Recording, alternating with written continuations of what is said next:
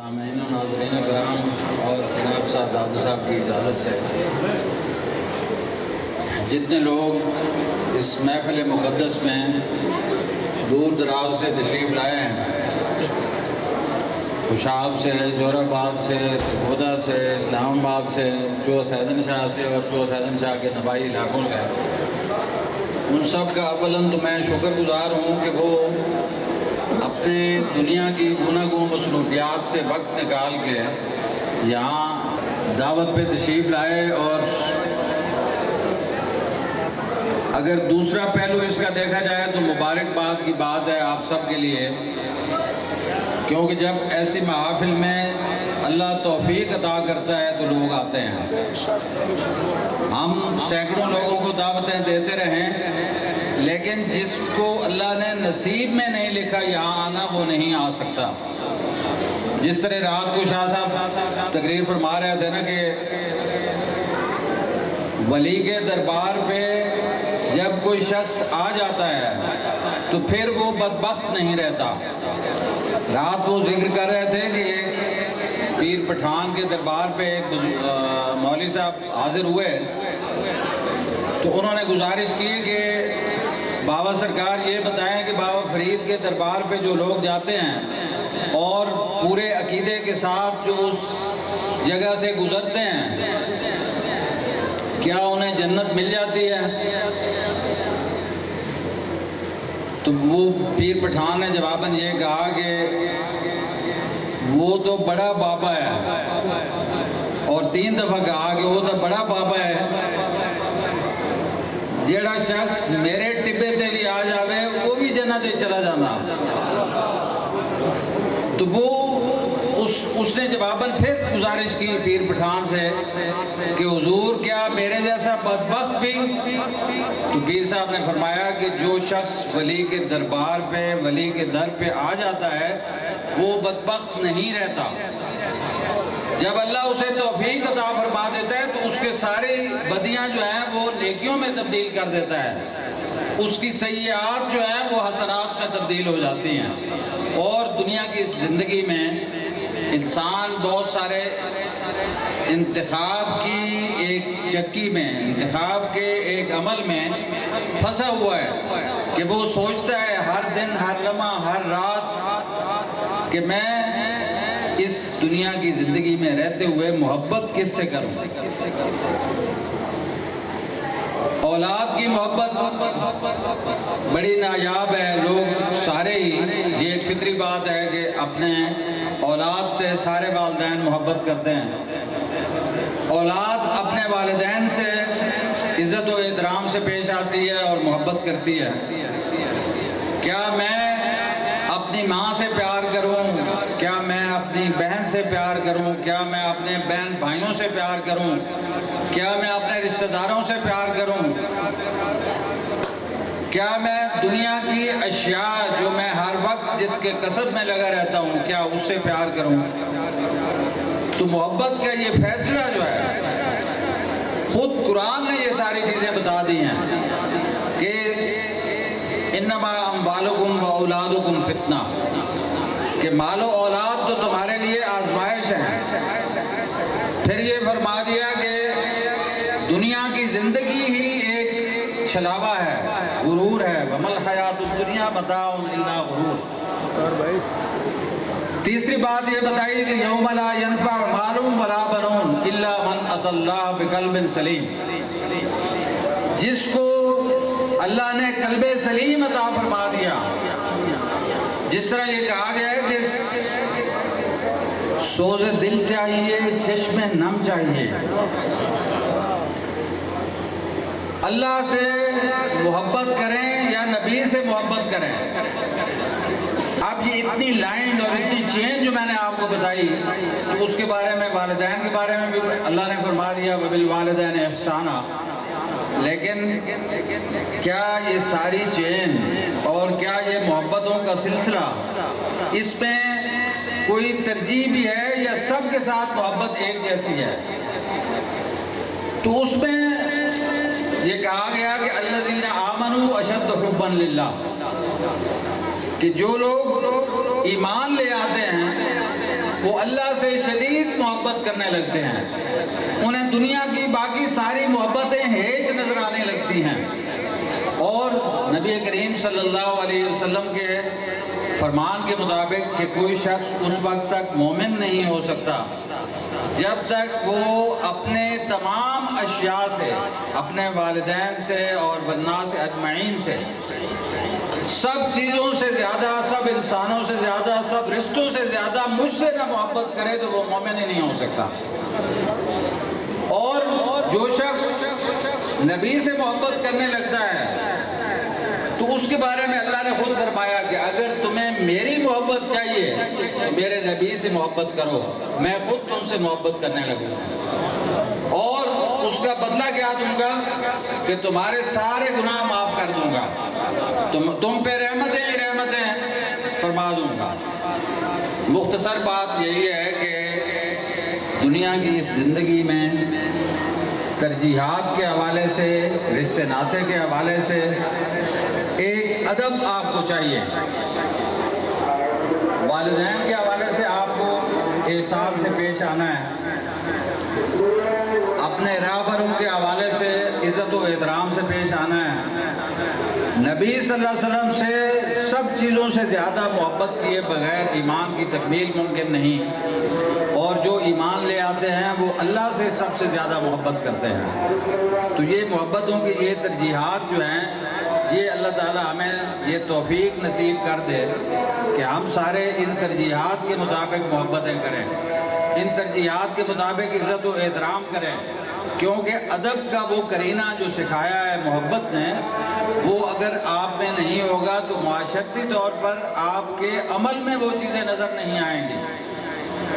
اور جب کوئی شخص محبت کرنے لگتا ہے تو وہ کیا کرتا ہے کہ جس ذات سے محبت کرتا ہے اس کے بارے میں برا نہیں سوچتا، اس کے ساتھ کبھی بدتمیزی کا رویہ اختیار نہیں کرتا،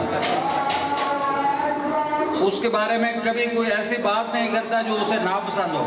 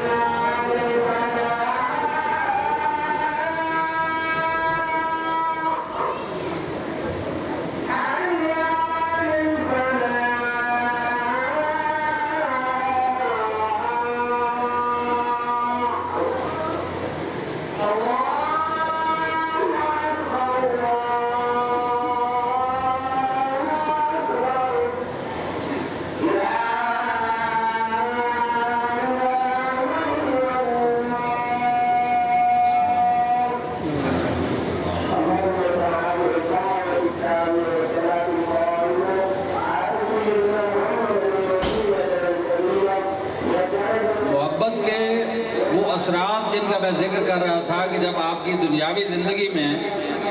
جب آپ کہتے ہیں کہ میں اپنے اللہ سے محبت کرتا ہوں، جب آپ کہتے ہیں کہ میں آقا علیہ السلام سے محبت کرتا ہوں، جب آپ کہتے ہیں کہ میں ولی کامل اس اپنے مرشد پاک سے محبت کرتا ہوں، تو یہ محبتوں کی یہ ساری کڑیاں جو ہیں وہ آپ کی زندگی میں کیسے مترشح ہوتی ہیں کہ آپ کسی کے بارے میں برا نہیں سوچتے، کسی بہن بھائی کے بارے میں، کسی معاشرے میں رہنے والے انسان کے بارے میں برا نہیں سوچتے، کسی کے بارے میں حسد نہیں کرتے، کسی کے بارے میں بغض نہیں کرتے، کسی کے بارے میں اپنے دل میں عداوت نہیں رکھتے، کسی کے ساتھ زیادتی کرنے کی کوشش نہیں کرتے۔ جب ان چیزوں سے اعتراض کرتے ہیں تو تب محبت کا وہ جذبہ پیدا ہوتا ہے۔ پھر اللہ کا ذکر کرتے ہیں آپ ہر وقت، جب فرصت کے آپ کے پاس لمحات ہوں تو سبحان اللہ یہ اعتراف کرتے ہیں کہ اے اللہ تو پاک ہے، والحمدللہ، اے اللہ سب تعریفیں تیرے لیے ہیں، لا الہ الا اللہ، تیرے سوا کوئی معبود نہیں اور تو ہی سب سے بڑا ہے، وَلَهُ الْكِبْرِيَاءُ فِي السَّمَاوَاتِ وَالْأَرْضِ وَهُوَ الْعَزِيزُ الْحَكِيمُ۔ تو یہ ساری باتوں کا اعتراف جب آپ کے عمل میں آ جاتا ہے تو پھر لگتا ہے کہ ہاں محبت کا رنگ آپ پہ چڑھ گیا ہے۔ یہ جتنے اولیاء اللہ اور جتنے ولی جو اپنی نسبتیں محبت سے جوڑ لیتے ہیں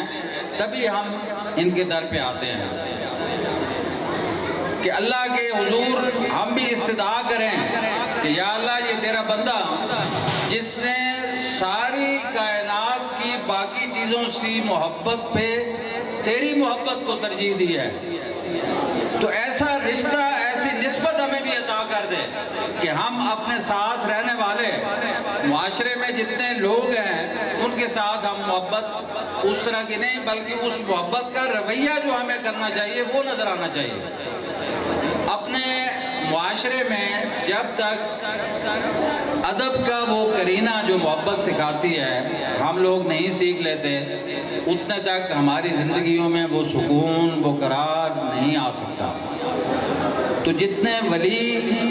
جتنے نبی اس دنیا میں تشریف لائے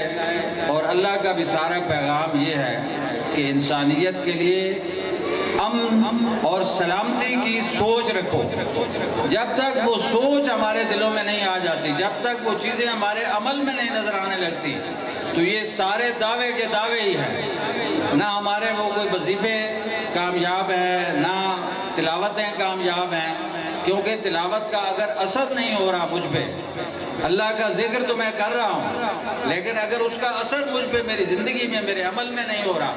میں جھوٹ بھی بولے جا رہا ہوں، میں اپنے سارے لوگوں کو دھوکہ بھی دیے جا رہا ہوں، میں ان کے لیے حسد بھی رکھ رہا ہوں، میں ان کے ساتھ بغض و عداوت بھی رکھ رہا ہوں، وہ اگر میرا بھائی، میری بہن کوئی تکلیف میں ہو تو اس کی مدد بھی نہیں کرنا چاہتا تو پھر میں کون سی محبت کرتا ہوں؟ پھر تو میں خود غرضی سے محبت کرتا ہوں۔ اس لیے محبت کا وہ پیغام جو جتنے اولیاء اللہ نے دیا، محبت کی وہ نسبت جو اللہ تعالیٰ نے ان ولیوں کو عطا فرمائی، محبت کا وہ پیغام جو اللہ نے فرمایا کہ اتباع رسول میں ہے صلی اللہ علیہ وسلم کی، جب تک تم میرے نبی کی اتباع نہیں کر لیتے میں تم سے محبت نہیں کر سکتا۔ تو ان ساری محافل کا پیغام بنیادی یہ ہے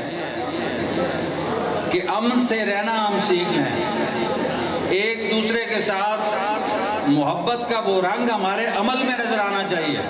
اللہ سے محبت ہے تو اللہ کا حکم مجھے ماننا ہے، نبی سے محبت ہے تو نبی کا حکم مجھے ماننا ہے،